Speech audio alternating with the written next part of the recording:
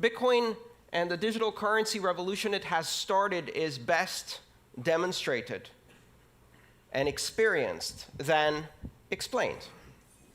It's actually very difficult to explain Bitcoin. I've spent the last 5 years learning how to explain Bitcoin. That is my full-time job. Unfortunately, the developers keep making new stuff, which I then have to explain all over again. So, for a moment, forget everything you think you know about Bitcoin. Forget everything you've heard about blockchain, and let's start from basics. In 2011, I heard about Bitcoin for the first time, and my reaction was exactly the same as the reaction of everybody else who heard about Bitcoin the first time, including its founder, and that reaction was, ha! Nerd money. That's probably just for gambling. 6 months later, I heard about Bitcoin again. And this time, I read the white paper that launched this system. And my background in computer science and distributed systems allowed me to see behind the illusion of what I thought Bitcoin was, and it blew my mind. In my life, I have now had 6 occasions in which I have become absolutely obsessed with a system of technology to the point of forgetting to eat, forgetting to sleep, and consuming as much knowledge as I possibly can. My first computer, when I was 10 years old, my first programming language experience, my first modem, my first access to the web, the first time I used the web browser, the first time I downloaded and installed the Linux operating system, and then Bitcoin. When I've discovered it, I spent 4 months consuming as much as I could, except food. I lost 26 pounds on the highly inadvisable diet of obsession. I have not emerged from that because I keep finding new layers of depth to understand this. And the reason it's so fascinating is because it isn't what it appears to be at first glance. Bitcoin isn't money. The blockchain isn't a system of currency. It is a platform of trust. It's not a company. It's not a product. It's not a service you sign up for. It's not a currency. Currency is just the first application. It is the concept of decentralization applied to the human communication of value. Because what is money? InQ told us it's an illusion. It's imaginary. And the reason we don't grasp that is because it's so deeply embedded in our civilization. Money is one of the oldest technologies that humanity has. It precedes writing. How do we know that? The very first samples of writing we have are spreadsheets. They are tallies and ledgers of debts owed, and money pre-existed that writing. You might even speculate that money had an oral tradition until it needed to invent a written tradition, so writing was created for it. In the history of money that now spans tens of thousands of years, there have been maybe 5 major changes. From pure barter exchange to the introduction of the first abstraction of value, shells, feathers, beads, nuts, stones, and then precious metals, and then paper money, and then plastic money, and now network money. Bitcoin introduces a platform on which you can run currency as an application on a network without any central points of control, a system completely decentralized like the internet itself. It is not money for the internet, but the internet of money. And what is money? Money is a language. Money is a linguistic abstraction.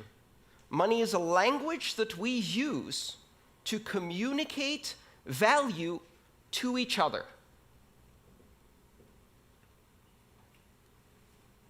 Money simply allows us to express value, and that value may have economic consequences, but it also has other consequences. We use money to express and create social bonds and relationships and associations and to create organization. Bitcoin is the first system of money that is not controlled by any entity, that is completely decentralized. And what that does is it introduces the very same things that the internet brought to communication. If money is speech, if money is a language, and you disconnect it from all other media, and you make it pure speech, pure content, an internet content type, a protocol designation, money over IP, it completely separates it from all of these previous notions of nations, sovereign issuers, institutions that control. And so we go from institution-based money to network-based money. And of course, everyone will welcome this with open arms. Not a chance. What do you think they said the first time someone was presented with a gold depository certificate instead of a gold coin? They said, "That's not money. Go away." What do you think happened in 1950, the first time someone showed up at a motel and presented their Diners Club membership card and said, "I'll pay with this piece of paper"? That's not money. Go away. And now we're on the verge of a new transformation of money. We're on the verge of creating the first completely global, completely borderless, completely decentralized, and completely open form of money. One where you can build applications because this money is programmable. And you don't need to ask anyone's permission to launch an application any more than you need to ask permission to launch an application on the internet. And the only requirement to have a successful application on the Internet of Money is 2 interested participants. That is your market segment, and you have an application. And 1 million applications will flourish. When you push innovation to the edges of the network, when you remove the requirement for permission, what happens? Exponential explosion in innovation. The applications that could not be built on the old systems of money because they required permission, because they required a significantly large market segment, because they required adoption by many in order to be available at all. Now, none of those requirements exist. Anyone in the world can download an application or use even a feature phone with text messaging and immediately acquire the same powers that institutions of banking have today. And when I say anyone, that's only scratching the surface. Because, ironically enough, not only does Bitcoin and blockchain currency not recognize borders, it also does not recognize people. It doesn't matter if you're a person or a refrigerator or a self-driving car. Throughout the history of money, ownership of currency required personhood, either as an individual or as an association of individuals in a corporation. Bitcoin can be owned by machines. Bitcoin can be owned by software agents. Machines can pay each other. And that is not just about economic activity. It's the basis for market-based security systems. It's the basis for creating bonds of authentication between devices. It's the basis of new applications that have never been done before. Bitcoin and blockchain technology unifies the systems of money. Today, we have systems of money for small payments, systems of money for large payments. We have systems of money for payments between individuals. We have systems of money for payments between companies. We have systems of money for payments between governments. Does that remind you of something? That's how communication used to be before the internet. We had systems of communication for pictures, systems of communication for letters, systems of communication for short distance and long distance, and the internet came and unified all of those.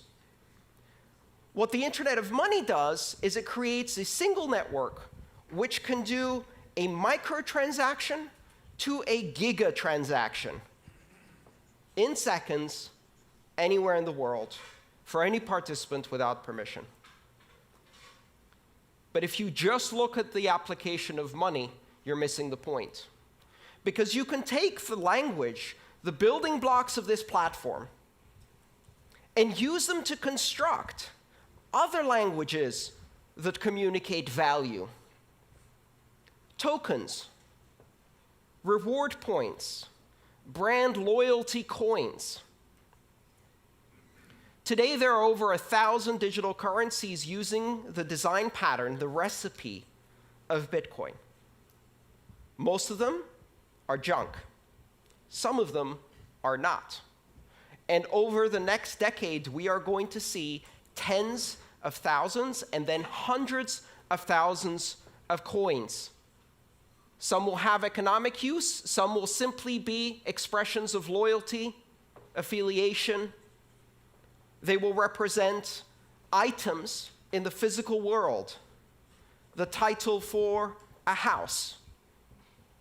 The controlling key for a car that can be transferred from one owner to another, and 5 seconds later, that owner can step into the car and drive away because the car can validate the new standard of ownership. We cannot yet imagine what applications we're going to build around this. But one of the interesting things we're beginning to observe is that money arises out of the social construct of Homo sapiens spontaneously. It even arises in primates. You can teach monkeys money. You can teach dolphins money. You can teach greys, parrots, money. And they will learn how to exchange abstract tokens for food and then use them to build social relationships. They'll also invent strong-arm robbery. Beat up the other monkey, take away its pebbles, eat the bananas. And we see that same thing happen in children. Toddlers invent money in kindergarten. Blocks and rubber bands and Pokemon cards and other little tokens, abstractions of value that they exchange to strengthen social bonds, to express loyalty and friendship, to learn about sharing. Children will be building currencies. Only this time, these currencies will be global, unforgeable, and scalable on day one. A few years from now, Maria will be launching Maria Coin in her kindergarten to compete against Joey Coin. And it won't really matter to anyone. until, of course, Justin Bieber launches Justin Bieber coin, and it happens to surpass the market capitalization of 30 nations on this planet. And we are all writing horrified opinion editorials about how the world is going to hell.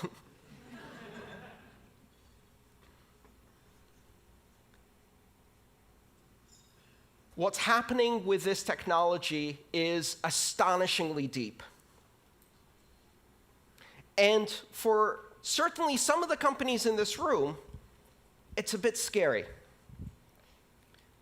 Banking has never been the most innovative sector in the world because there is a very careful balance between innovation and the conservative fiduciary duty that exists in banking, that must exist when you control other people's money. And yet with Bitcoin, you don't control other people's money. In Bitcoin, I control my money. I have complete and total authority over my Bitcoin. It cannot be seized, it cannot be frozen, it cannot be censored, my transactions cannot be intercepted, and they cannot be stopped. And I can do so with almost complete anonymity, and so can anyone 5 minutes after they download an application, and money has changed forever, and banking has changed forever. The idea that you can proceed in the industry of money, in the industries of commerce, and maintain the same conservative attitude that has existed now for centuries, ever since merchants in Venice and Amsterdam started issuing depository certificates and providing banking services. That is gone. That is gone. You cannot operate closed systems that have borders and require permission to join at a rate of innovation that is controlled by the most conservative tendencies within your organization, because now you are competing with a technology that enables exponential growth, exponential innovation at the edges without permission by anyone in the world. And it's not about anyone in this room. Why? We represent the privileged elite. I can go onto a brokerage account, open it up online, and be trading on the Tokyo stock market within 12 hours in yen. That is the privilege that I have. 1.5 billion people have that privilege. 6 billion people can operate mainly in one currency and perhaps have some basic banking services. 4 billion people are significantly underbanked, and an astonishing 2.5 billion people are completely unbanked. They will leapfrog. They will never have a relationship with a bank. Every single child born today will never have a bank account. They will have a bank app. A bank app that doesn't give them an account, a bank app that makes them a banker, an international banker in an app. They will not be permitted to open a bank account until they're 16 years old. By that time, I hope they will have at least 6 or more years of experience with digital currencies. And I would like to watch them walk into a bank branch to have someone explain to them what 3 to 5 business days means. It is highly likely that children born today will never get a driving license because they'll have self-driving cars, but they will also never use paper money. Because by the time they get to an age where they really start using money, there is no paper money. It will seem as anachronistic as a fax machine or horse and buggy seems to us. Exponential innovation on a global basis, giving access to the other 6 billion. They have enormous need, and this system offers them a solution. It's not ready yet. It's nascent. It's complex. It's impossible to use for most people. In 1989, I sent my first email. In order to do so, I had to compile a version of the Unix mail program using a C compiler and Unix command line skills. I had to set it up on the command line, type out my email, and that email was transmitted across the great internet in an astonishing 3 days. Exactly 20 years later, my mother replicated that experience with a swipe. Bitcoin today, and all of the currencies that are built on that recipe, are just at the same level that the internet was in 1991. Only now, we have the internet. And so the rate of exponential growth has already started. The innovation is growing at an astonishing rate. I spend every single day full-time trying to keep up with Bitcoin. Just one currency, and it's almost impossible. Do not underestimate this.